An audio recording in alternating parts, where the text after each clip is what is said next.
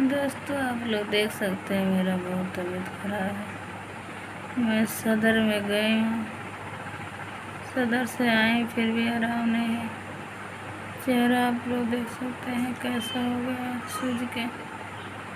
भगवान जाने क्या हो गया मेरे साथ, कुछ नहीं पता है हमको। दोस्तों, आप लोग देखें मेरा क्या हाल हो गया है।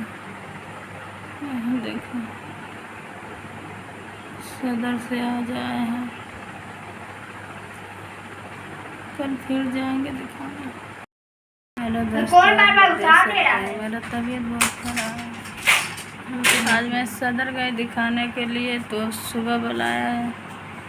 अब सुबह जाएंगे, दिखाते हैं क्या हो रहा है क्या नहीं। बिल्कुल हिम्मत टूट गया है।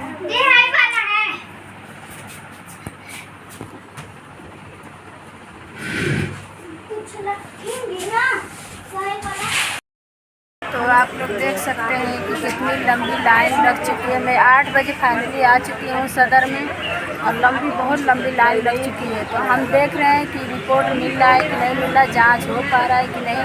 तो आप लोग इसी तरह वीडियो बने रहे, आप लोग को जरूर दिखाएंगे। तो आप लोग देख सकते हैं फाइनली मैं पहुँच चुकी हूँ सदर। देखिए कितनी लंबी लाइनें लग चुकी है, और लंबी लाइन लग चुकी है, और मैं देखिए आ चुकी हूँ सदर में।